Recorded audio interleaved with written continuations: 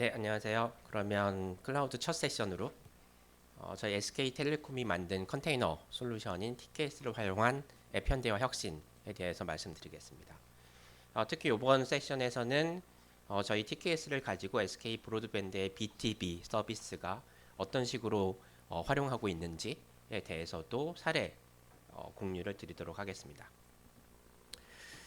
저는 안재석이라고 하고요. 현재 SK텔레콤에서 컨테이너 솔루션 개발팀 팀장을 맡고 있습니다. 네, 반갑습니다. 많이 들어오셨네요.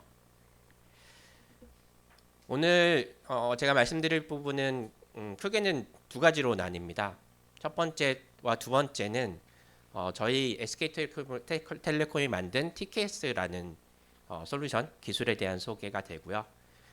특히 저희가 만들어가는 TKS의 방향성은 굳이 쿠버네티스의 전문가가 아니더라도 내가 컨테이너를 잘 몰라도 앱 현대화라는 것들을 충분히 사용할 수 있도록 어떻게 하면 사용자들이 그런 전문 지식 없이 앱 현대화를 할 수 있을까? 그걸 어떻게 할 수 있게라는 방향성을 가지고 솔루션을 만들고 있고요. 그런 것들이 어떤 기술들과 어떤 형태로 이루어졌는지를 말씀을 드리겠습니다. 그다음에 플랫폼 관점에서 보면 저희는 쿠버네티스라기보다는 이런 쿠버네티스 소프트웨어들을 잘 관리할 수 있는 어떤 선언적인 방식의 API 플랫폼을 제공을 합니다. 그래서 그 내용에 대해서도 말씀을 드릴 거고요.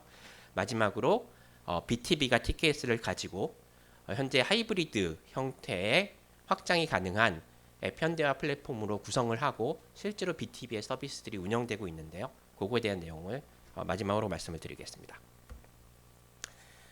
일단 TKS에 대해서 말씀을 드리면 앱 현대화라는 게 뭔지에 대해서는 이게 단어 자체가 워낙에 좀 모호한 단어라 여러 가지 의미가 있을 수 있는데 보통 개발자가 혹은 회사가 내가 개발하고자 하는 서비스나 앱을 컨테이너 방식으로 개발을 하고 그 다음에 쿠버네티스나 그런 플랫폼 위에서 마이크로 서비스 아키텍처라든지 그런 현대화된 방식으로 클라우드에 적합하게 만들어가는 것들을 보통 앱 현대화라고 합니다. 근데 도대체 앱 현대화를 하기 위해서는 뭐가 필요할까요? 개발자 입장에서는 사실 개발을 잘해서 내가 개발된 앱이 앱 현대화 구조로 만들어지고 이런 것들이 잘 배포 운영되면 됩니다. 근데 사실 그걸 하기 위해서 필요한 것들은 물론 이제 인프라 리소스가 당연히 필요하겠죠. 뭐가 되든지 클라우드하고 인프라는 필요하니까.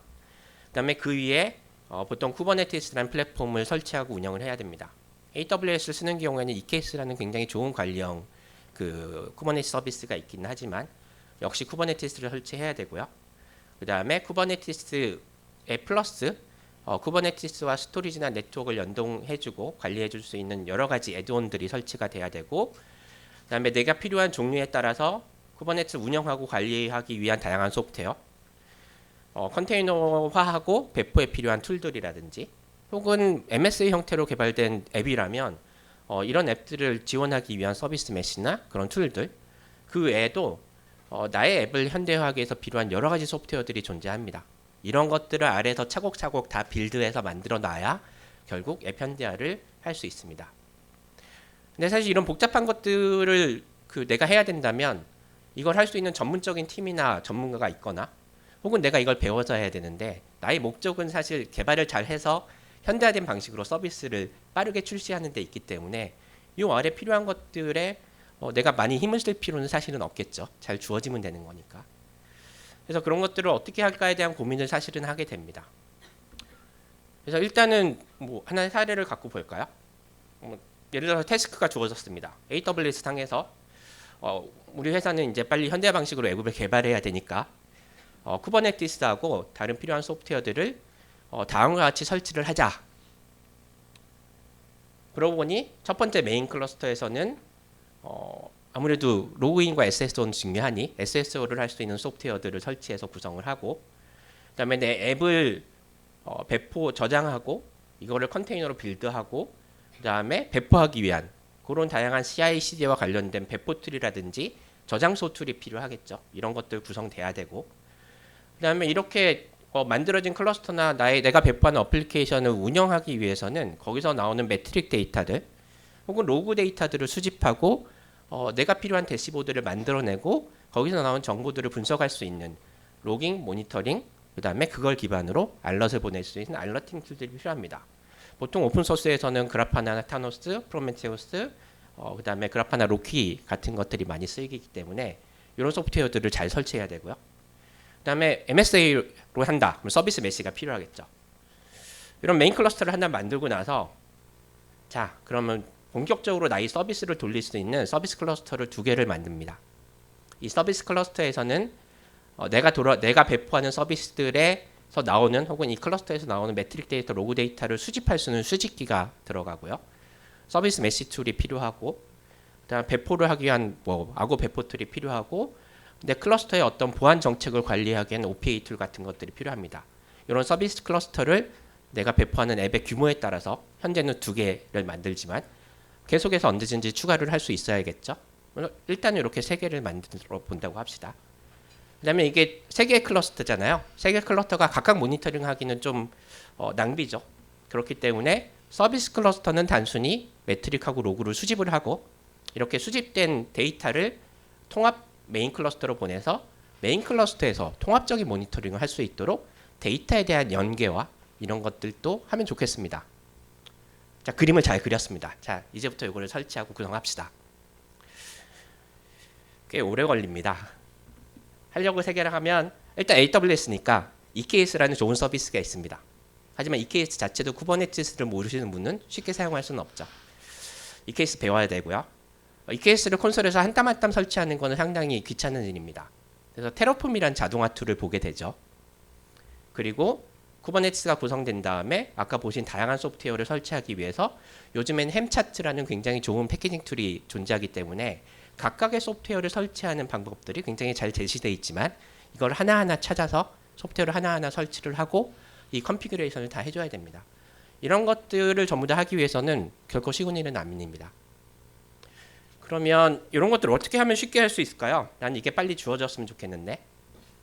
그래서 저희 티켓스 같은 경우는 사용자 입장에서는 몇 가지 선택만 하고 내가 원하는 형상에는 인프라와 쿠버네티스와 아까 말한 모든 소프트웨어들이 모두 다 하나의 템플릿 형태로 만들어져서 템플릿만 고르면 쉽게 아까 보신 전체 클러스터가 생성되는 그런 구조를 갖고 있고 그거를 UI로 제공하기 때문에 몇 번의 클릭만으로 앞에 보신 클러스터를 쉽게 만들어낼 수 있고요. 그거에 대한 간단한 모니터링과 생성되자마자 이렇게 필요한 잘 커스터마이즈 된 대시보드들까지 즉각적으로 사용할 수 있는 그런 서비스를 제공하고요. 저희 티켓 서비스를 사용하게 될 경우 3개 클러스터 생성하는데 동시 생성한다고 하면 한 1시간 내로 아까 보신 3개의 그림에 대한 클러스터를 실제로 사용할 수 있게 됩니다. 데모를 좀 보면요. 봅시다. 여기 저희 사스 서비스의 UI인데요. 자, 보시면 스택에 들어가서 지금 2개가 일단 제가 생성을 해냈고 3번째를 생성을 하겠습니다.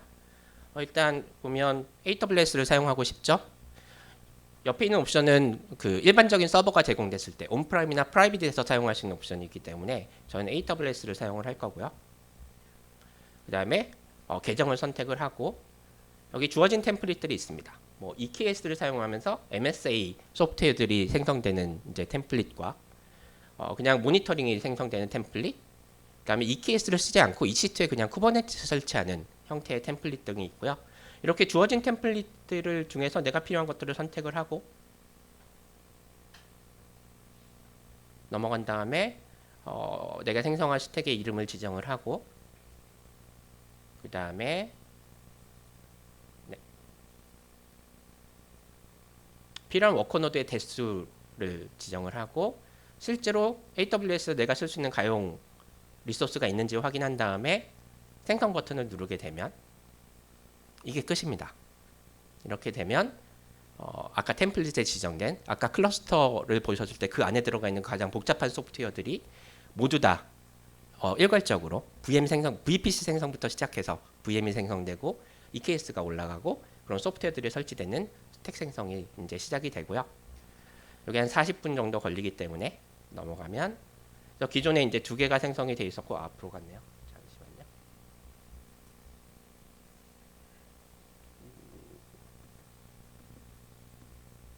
네.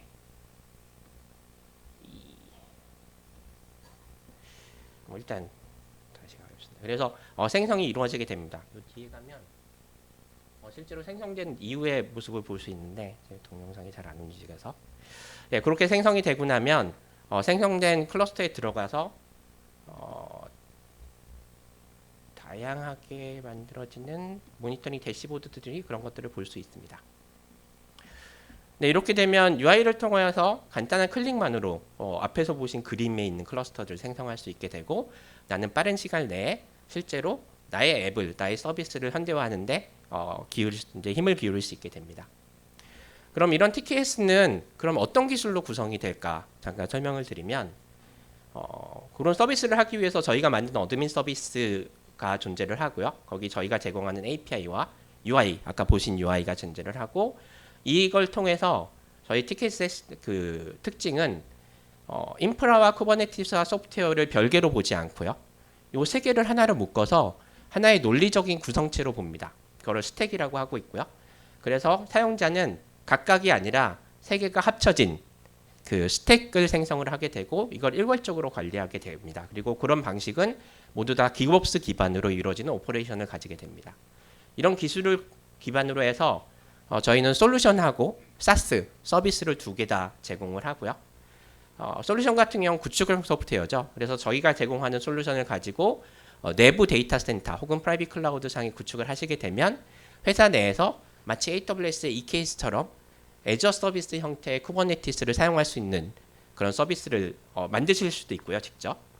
그리고 기본적으로 온프라임이나 프라이빗 클라우드 AWS를 모두 제공하기 때문에 멀티 하이브리드 클라우드를 지원하는 서비스를 직접 회사 내에 만드실 수도 있고 혹은 AWS에서 저희가 만들어 놓은 SaaS를 사용을 하시면 아까 보신 화면을 통해서 그 서비스를 그대로 사용하실 수 있습니다.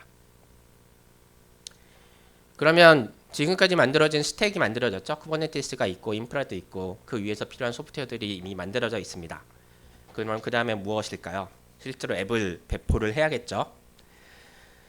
근데 만약 자바 개발자가 잘 만들어진 쿠버네티스에서 자신이 개발한 소프트웨어를 배포를 해야 되는 상황이 오면 예전에는 넥서스에 잘 만들어진 자바 바이너리를 올리고 나서 이제 배포를 하게 되는데 쿠버네티스로 오게 되면 현대화를 하게 되면 컨테이너도 만들어야 되고요. 자바 기반으로 그렇게 만드는 컨테이너를 배포할 수 있는 배포 패키지도 만들어야 되고요. 그 다음에 실제로 툴을 이용해서 배포를 해야 되고 배포도 뭐 롤링 방식으로 할 거냐, 블루그린 방식으로 할 거냐, 카나리 방식으로 할 거냐를 자유롭게 선택을 할 수 있어야 되고 필요하면 언제든지 전 버전으로 롤백을 할 수 있는 이런 파이프라인 구성을 해야 됩니다. 이런 걸 하기 위해서는 또 수많은 소프트웨어들이 존재합니다. 보통 아고라든지 뭐 저장소는 하버를 쓰기도 하고요. 햄으로 패키징을 하기도 하고 이런 부분들이 사실 만들어지지 않으면 아무리 좋은 자바 개발자도 자신이 만든 자바 앱을 컨테이너로 만들어서 쿠버네티스에 배포하기가 어렵게 됩니다. 근데 과연 나는 그걸 알 필요가 있을까요? 나는 자바 개발자가 만약 쿠버네티스하고 피어툴에 대한 생성은 아까 보신 저희 스택 생성으로 다 맡기고 컨테이너 빌드 배포에 대해서 굳이 모르더라도 내가 만들어 놓은 코드에 대한 바이너리만 있으면 이 바이너리에 대한 URL만 가지고 손쉽게 배포를 이루어 놓을 수 있도록 앱 서빙이라는 기능을 같이 제공합니다. 이것도 보시게 되면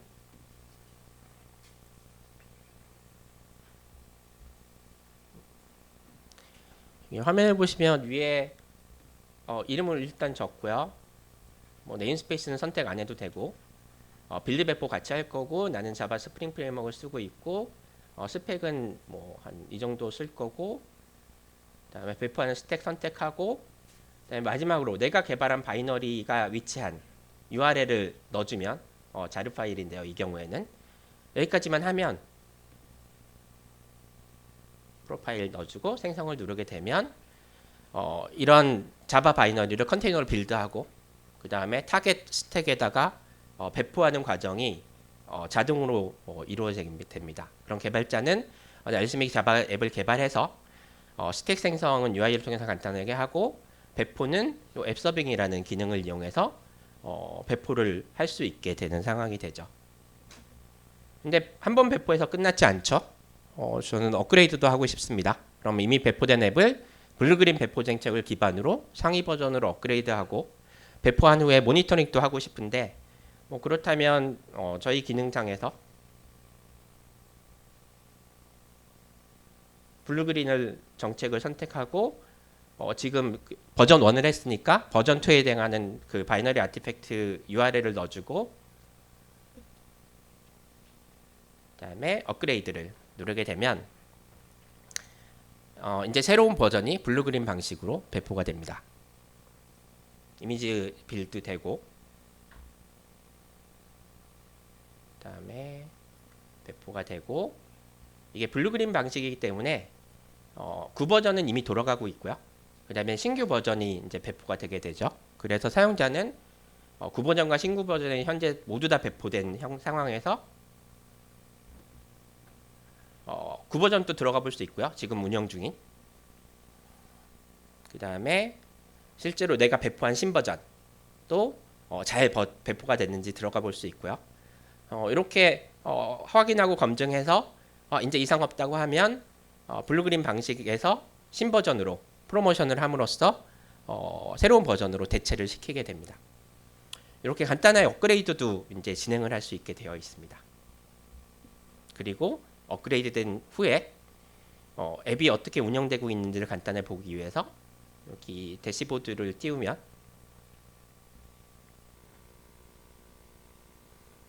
지금 하나가 배포되어 있기 때문에 내 앱이 배포된 현황과 거기서 나온 로그들 그다음에 앱이 지금 운영 중인로 나오는 CPU나 메모리, 네트워크에 관련된 간단한 매트릭을 확인함으로써 내 앱이 잘 배포되고 운영되어 있는지를 확인할 수 있는 그런 기능을 같이 제공을 합니다. 그다음에 근데 문제가 생겨서 롤백도 하고 싶으면 당연히 가능해야죠. 그래서 전 버전으로 롤백 버튼을 누르면 이렇게 간단하게 롤백도 전 버전으로 돌려버릴 수 있습니다. 그래서 지금까지 말씀드린 거는 앞에서 사용자가 앱 현달을 위해서 필요한 인프라와 쿠버네티스와 거기에 올라온 수많은 소프트웨어들을 어떻게 하면 스택이라는 하나의 논리적인 앱으로 구성을 해서 이거를 API를 통해서 혹은 UI를 통해서 잘 배포하고 관리할 수 있을까? 그다음에 그렇게 만들어내는 스택 위에서 내가 개발자가 굳이 컨테이너를 어떻게 빌드하고 이게 어떻게 배포되는지 모르더라도 이걸 굉장히 간단하게 배포하고 사용할 수 있을까에 대한 기능들을 보여드렸습니다. 저희 TKS는 이런 식으로 사용자가 필요한 것들에 대한 복잡성을 최대한 감추고 사용자는 내가 진짜 필요한 정보만 가지고 이런 앱 현대화를 위한 환경을 만들고 앱을 배포할 수 있도록 만들어지고 있습니다. 그리고 이런 TKS는 기본적으로 선언적인 방식의 API 플랫폼으로 구성이 됩니다. 저희의 기술적 특징은 쿠버네티스하고 인프라를 관리하기 위해서는 쿠버네티스의 클러스터 API라는 기술을 사용하고 있고요. 클러스터 API는 실제로 여러분이 쿠버네티스의 API를 호출해서 쿠버네티스를 설치하는 API입니다. 그러니까 내가 쿠버네티스 API를 호출해서 리모트한 다른 곳에다가 쿠버네티스 클러스터 하나를 만들어낼 수 있는 API로 쿠버네티스를 만들 수 있는 기술이고요. 그 다음에 인프라든 쿠버네티스든 소프트웨어든 저희는 모두 100% 기도스 방식을 접목하고 저희가 만드는 데카파드라는 파이프라인 기술을 이용해서 아까 보신 대로 일괄적으로 배포 관리할 수 있도록 하고 있고 그렇기 때문에 인프라와 쿠버네티스 서비스에 대한 라이프 사이클을 각각의 개별로 하는 것이 아니라 통합을 관리할 수 있는 기술을 제공을 합니다. 그리고 저희가 가지고 있는 스택이라는 개념은 뭐 계속 좀 말씀드리지만 인프라와 쿠버네티스 애드온 서비스들을 하나로 묶을 수 있는 논리적인 앱을 만들 수 있는 기술입니다. 그래서 보시면 예를 들어서 사용자가 나는 인프라는 AWS 사용을 하고 AWS 사용하니까 당연히 EKS 사용하고 그 위에다가 LMA 세트하고 그다음에 CI/CD 뭐 GitHub, 젠킨스, 아고 CD로 이루어진 CI/CD 세트를 묶어서 하나의 스택 템플릿을 만들면 이 만들어진 스택 템플릿을 가지고 사용자는 앞에서 보신 UI에서 템플릿을 선택할 때 이 set2라는 템플릿을 선택하면 AWS 위에 EKS가 설치되고 LMA와 GitOps CI/CD가 설정되는 그런 그 배포를 할 수 있고요. 두 번째는 나는 온프라임에 VM을 쓸 거고 SKT가 제공하는 쿠버네티스 엔진을 쓸 거고 그리고 기본적으로 모니터링 필요하고 MSA 세트 필요한데 거기다 큐브플로우로 할 수 있는 AI 기능을 얹을 거야. 그럼 요런 셋을 선택해서 또 하나의 스택 템플릿, 스택 셋을 만들어낼 수 있습니다. 이렇게 되면 앞으로는 사용자가 여기 들어가 있는 소프트웨어들을 어떻게 설치할지 모르더라도 이 스택의 템플릿만 선택을 하면 이 모든 것들이 한꺼번에 설치되는 그런 형태로 제공이 가능하고요. 이런 것들을 하기 위해서 저희는 기덥스 기반의 배포 기술을 기반으로 합니다. 스택이라는 것들은 앞에서 뭐 인프라니 쿠버네티스니 혹은 서비스를 말하고 있지만 결국은 쿠버네티스로 배포하기 때문에 다 야물로 만들어진 그 야물 다큐먼트를 갖고 있습니다. 이 되게 복잡한 야물 다큐먼트들을 어떤 식으로 디렉토리로 구조화하고 이것들을 논리적인 앱으로 하나로 만들어내고 이것들을 쿠버네티스가 단일 앱처럼 배포할 수 있도록 만들어낼 수 있는지는 이런 그 야물에 대한 어떤 관리 체계를 갖추는 게 중요하고요. 이런 관리 체계는 커스터마이즈라는 기술과 저희가 만든 트랜스포머 플러그인, 그다음에 렌더러 등을 통해서 이 야물을 구조화하고 논리적인 앱으로 만들어내는 작업을 하고요. 이렇게 만들어진 것들을 쿠버네티스의 단일 매니페스트로 전환을 한 다음에 아고 CD를 통해서 배포를 하고 있습니다. 그리고 뭐 이래서 굉장히 복잡한 앱들을 한꺼번에 논리적으로 구성을 하다 보니 앱 설치 간의 디펜던시, 의존성이 있을 수도 있고요. 어떤 앱들은 서로 엔드포인트를 디스커버리를 해야 되는 것들도 있고 이런 워크플로우 기능들이 필요하게 되기 때문에 이런 것들은 저희가 아고 워크플로우를 이용해서 이런 의존성에 대한 설계라든지 어떤 추가적인 작업들을 워크플로우로 설계를 하고요. 그래서 이렇게 잘 구조화된 야물과 워크플로우 만들어진 그 추가 워크플로우하고 그다음에 이렇게 만들어낸 것들을 아고 CD가 일괄적으로 기덥스 방식으로 배포하는 이 전체 파이프라인 기술을 묶어서 저희가 잘 패키징했고요. 이런 것들을 데카파드라는 이름으로 만들어서 아주 기반 기술로 사용을 하고 있습니다. 이런 기술 때문에 아까 보신 스택에 대한 배포라든지 이런 것들이 모두 가능하게 되고 이런 것들은 모두 실제로 오픈소스로 저희가 제공을 하고 있어서 관련된 소스 코드들도 전부 다 이 GitHub에서 보실 수 있도록 되어 있습니다. 그럼 이렇게 TKS를 이용해서 과연 BTB는 어떤 식으로 활용하고 있는지를 잠깐 설명드리겠습니다. BTB를 위해서는 크게 3개의 클러스터가 구성이 되어 있습니다. 주요 BTB 서비스들이 도는 그 서비스 클러스터는 2개의 데이터 센터의 액티브 형태로 구성이 되어 있고요. 어떤 셋탑에서 요청되는 모든 서비스들은 GSLV를 통해서 API 게이트웨이를 통해서 이게 어떤 데이터 센터에 있는 클러스터로 갈지가 정해지게 되고 저희가 전국에 있는 모든 셋탑들에 대한 오는 콜을 처리해야 되기 때문에 인그레스는 엔진엑스 같은 소프트웨어 기반의 인그레스가 아니라 F5가 제공하는 하드웨어 기반의 인그레스를 사용을 하고 있습니다. 그리고 당연히 이런 BTB 서비스들을 배포하기 위한 배포 파이프라인은 어드민 클러스터 영역의 젠킨스와 아고 툴들로 구성이 되어 있고요. 그 다음에 아까 보셨듯이 이 서비스 클러스터에서 나오는 매트릭 데이터나 로그 데이터는 수집이 된 다음에 어드민 클러스터에 있는 통합 모니터링 체계를 통해서 모니터링이 되고 있고 필요한 서비스 메시들이 적용이 되어 있습니다. VMware에 구성이 되어 있고요. PV는 레드 기반으로 구성이 되어 있습니다. 그리고 저희가 갖고 있는 BTB가 갖고 있는 CI/CD는 젠킨스를 기본적인 오케스트레이션 툴로 사용을 하면서 아고 CD와 하버를 이용하고 있고요. 롤아웃까지. 그래서 필요한 다양한 롤링이나 블루그린, 카나리 지원하기 위한 그런 파이프라인들이 젠킨스에 모두 다 잘 구성이 되어 있습니다. 그래서 젠킨스와 아고를 통해서 BTB 앱들은 뭐 주간에도 굉장히 수회씩 혹은 수십 차례씩 패치가 이루어지고 업데이트가 이루어지고 있다고 생각을 하시면 됩니다. 그리고 마지막으로 올해 이렇게 2개의 프라이빗 클라우드에 구성되어 있던 BTB의 그 상용 환경에다가 저희가 제공하는 이제 TKS의 클라우드 서비스를 활용해서 AWS의 DR 환경을 만들었습니다. 그래서 저희가 제공하는 사스 서비스를 이용해서 BTB가 사용하는 것과 동일한 스택을 AWS에서 생성을 하고요. 그 다음에 주기적으로 내부에 있는 젠킨스에서 배포를 할 때 상용 환경 배포뿐만 아니라 가장 최신 현행화된 앱들이 DR 클러스터 쪽에 항상 배포되도록 자동으로 파이프라인이 구성이 되어 있어서 DR존에는 항상 최신의 BTB 앱들의 형상이 유지가 되고 있고요. 그 다음에 클라우드 서비스 API를 저희의 SaaS API를 활용해서 필요 없을 때는 이 DR 클러스터를 서스펜드 시켜 놓는다든지 혹은 필요하면 이것들에 대한 확장을 하는 작업들을 BTB 내부에서 이런 API를 활용해서 자동으로 관리 시스템을 만들었기 때문에 AWS의 추가적인 DR 환경이 구성이 되어 있고요. 그렇기 때문에 만약에 두 개의 데이터 센터, 두 개의 클러스터에 문제가 생기더라도 셋탑에서 들어오는 콜들은 API 게이트웨이를 통해서 AWS DR 클러스터로 전환이 돼서 이상이 없도록 설계가 되어 있습니다. 이런 것들은 모두 다 어드민 클러스터에 구성된 UI, 저희 API 시스템을 통해서 운영자들은 UI를 통해서 이런 서비스 클러스터의 구성이나 그런 것들을 진행하도록 구축형 솔루션을 통해서 구성이 되어 있습니다. 여기까지가 간단하게 저희가 갖고 있는 TKS 기술, 그 다음에 SaaS 서비스에 대한 UI에 대한 소개, 그리고 저희가 다른 쿠버네티스 플랫폼과 다른 가능하면 복잡성을 최대한 숨기는데 가장 최선을 다해서 가고 있다는 방향성하고 그런 기반 기술에 대해 말씀을 드렸고요. 저희 이메일하고 그다음에 저희 링크드인과 GitHub, 그다음에 실제 저희 서비스 SaaS 서비스에 이제 URL 표시 드렸고, 만약 저희의 SaaS 서비스에 관심이 있으면 연락 주시면 언제든지 즉각적으로 사용이 가능하시고요.